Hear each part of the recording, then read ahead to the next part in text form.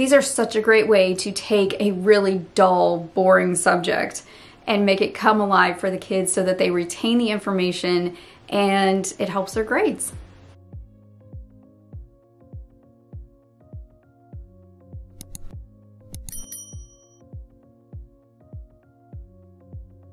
Hey everyone, welcome to my channel. My name is Mandy, the Handmade Homeschooler, and today we're going to talk about anchor charts. If you've never heard of an anchor chart, or if you want to know what one is and how to use one, this is going to be for you, especially if you have visual learners. If you have visual learners, this is going to be something that you might want to start using in your classroom to help your kids learn. So I used this when I was a teacher, and it's something that just kind of carried over into my homeschool, and I use this all the time in our homeschool classroom, and it's one of those things that just really helps my kids understand the lesson and go back and grab information, and I'm going to explain what they are, why we use them, and how you can do the same. So an anchor chart. If you look up the term anchor chart on Google, you're gonna see hundreds of images, thousands of them, of different kinds of anchor charts for pretty much every single subject out there in the world of education. You're gonna find them for math and for science, for history, for electives, even for learning different things within a subject like fractions. So here's some anchor charts from Pinterest, and I want you to think of anchor charts as just a giant poster that we use for learning.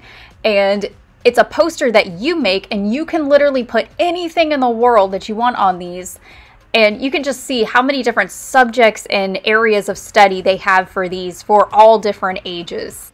Anchor charts are kind of a point of reference that your kids can go back to and look at and kind of help them remember information. Now, anchor charts are basically like a giant notepad. Think like a notepad, but like 3 feet tall type of notepad. And these notepads, they attach to your whiteboard.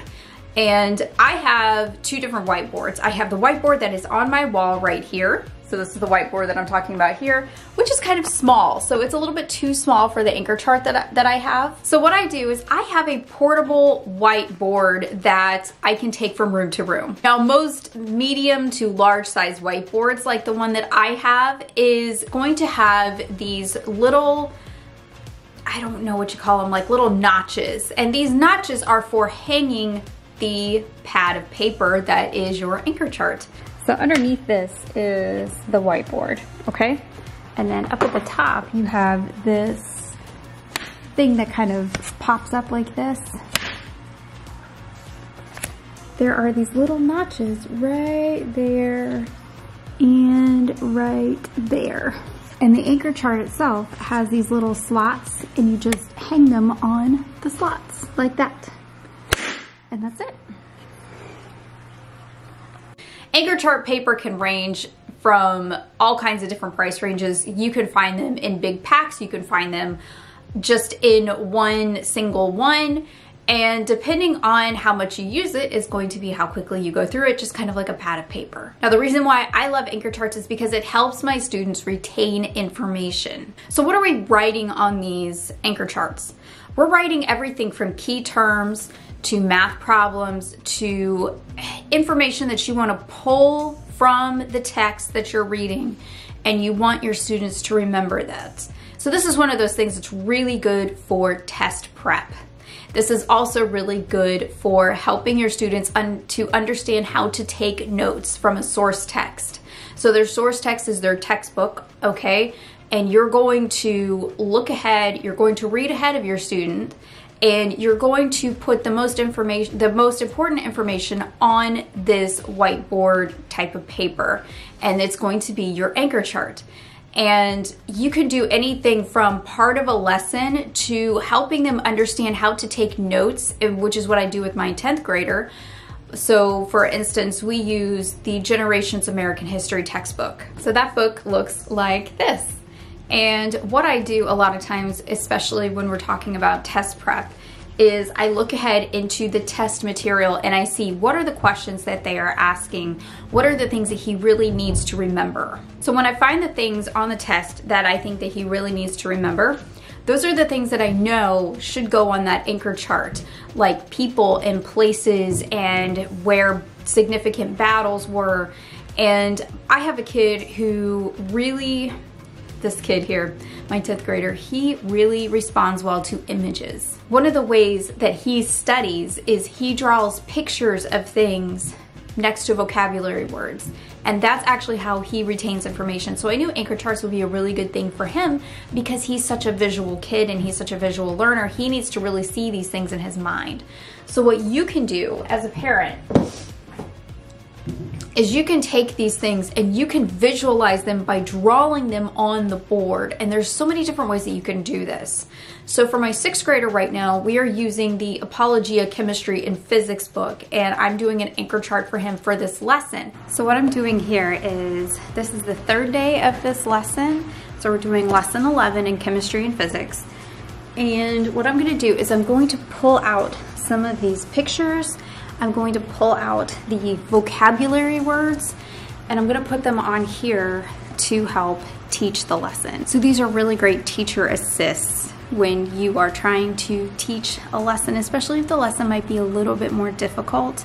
This kind of helps put things in perspective, give things kind of a visual, and help the kids retain the information while you're teaching it. We're on lesson number 11, which talks about thermodynamics. So we're talking about heat and the laws of thermodynamics and how all of those things work, how it relates to creation. And so I drew visuals of the sun and how the sun radiates heat to the earth, and just kind of showing that instead of just saying it. Help your kids visualize it by drawing it on the board. I just use regular markers and it totally works. And you know, you don't have to be an artist. If you look at my anchor chart, I am not an artist. I do not know how to draw, but the kids get the point. That's really all that matters. And then that helps him remember those things. And then what we do is every day of the week that we build upon that lesson. So at the beginning of the week on Monday, we're starting the first part, and then the second part Tuesday, third part Wednesday. What we do is we can go back to that first page and that second page, and we can review the things that we've learned. So I have the big vocabulary words on there written out and a picture of a visual to go with it. And then that helps me teach the lesson, and that helps him remember those images in his mind when he's taking a test or when he's trying to do a project or answer questions. The kids can really draw back on that information in their brain, and they can remember those things when they're trying to do their work. Now, one thing you can do is you can have your kids involved with making these anchor charts. So that can actually be an assignment for you or to give to your kids, is help me make an anchor chart for this lesson. So I want you to read the text, and then we're going to make an anchor chart to show what we've learned. And you can have your kids grab the thing of markers and you can have them draw out everything that they remember and that they learn on this anchor chart. And that's a really neat way of doing something for an assignment that isn't just like a fill in the blank or batching questions, that type of thing, writing an essay. This is way more fun, and they can, you know, do a lot of different artistic type of things.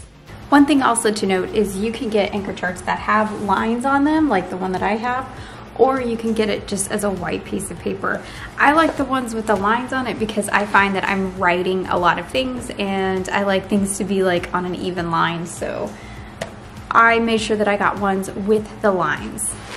And then when you're done with your anchor chart, you can actually hang them up like posters in your homeschool area or your homeschool classroom. And it's a great way for your kids to remember those things that you did. Now, this might be a good one for math if you want to keep that. So let's say you made an anchor chart with your kids about fractions and you want to have them remember this information. You can tear off that sheet about fractions and you can actually tack it onto your wall near their desk. And then they can draw on that information when they're doing a math assignment. Now, if you don't have a whiteboard, you can still use anchor charts.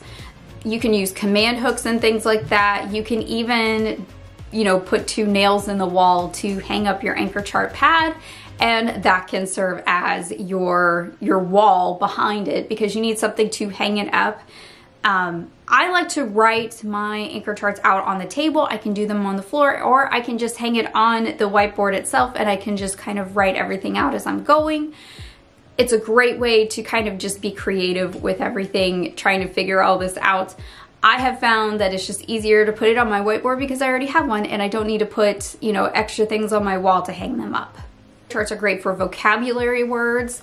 And one of the things that I do is a lot of times I look ahead to the test and I see the information that they have that is going to be on the test, and I pull that out of the test and put it on an anchor chart in some kind of creative way to help the kids learn and visualize the information that I'm giving them.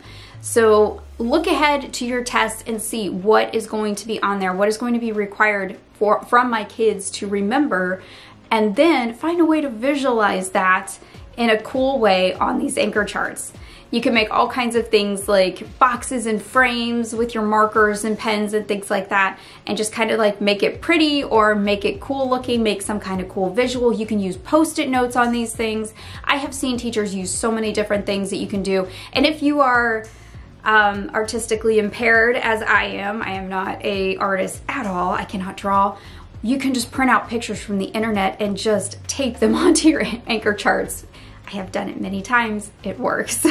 Another great skill that they're gonna learn from these anchor charts is how to take notes. And that's something that I'm trying to teach my 10th grader, is how to take a source text and look at it and pick out the most important information that he thinks might be a test question, or might be something that he needs to remember for a paper or a project down the road.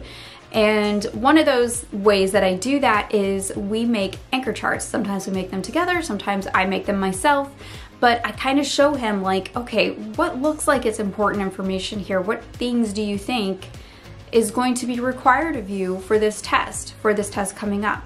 And it's a great way for the kids to learn how to take notes. So sometimes what I'll do is I'll pre-make the entire anchor chart, and then he will sit and kind of copy my anchor chart on his paper. And a lot of times, because he's in 10th grade, it's not, you know, a lot of frills and images and pictures and things like that like it would be for my 6th grader. But it's basically a way for him to learn how to take notes. And, you know, he can learn how to pick out important people, places, and events that he thinks might be on his history test. So it's a good way for your kids to learn note-taking. Alright guys, that is all I have for this video. I hope that this was a great way for you to learn a new skill that you could possibly use in your homeschool, just like we do in ours, and just kind of something new to change things up a little bit during your normal school routine. Because these things do kind of make things a little bit more fun and make really dull subjects kind of come alive. So if you have a really dull textbook, this might be a big help for you. I'm hoping that that's what this will do. These are such a great way to take a really dull, boring subject and make it come alive for the kids so that they retain the information and it helps their grades. Let me know, do you use anchor charts, and have you ever used them, or is this a totally new thing for you? Let me know down below in the comments if you've ever heard of these or if you want to try these now. I will see you guys in the next video. I hope you have a great rest of your day and happy homeschooling.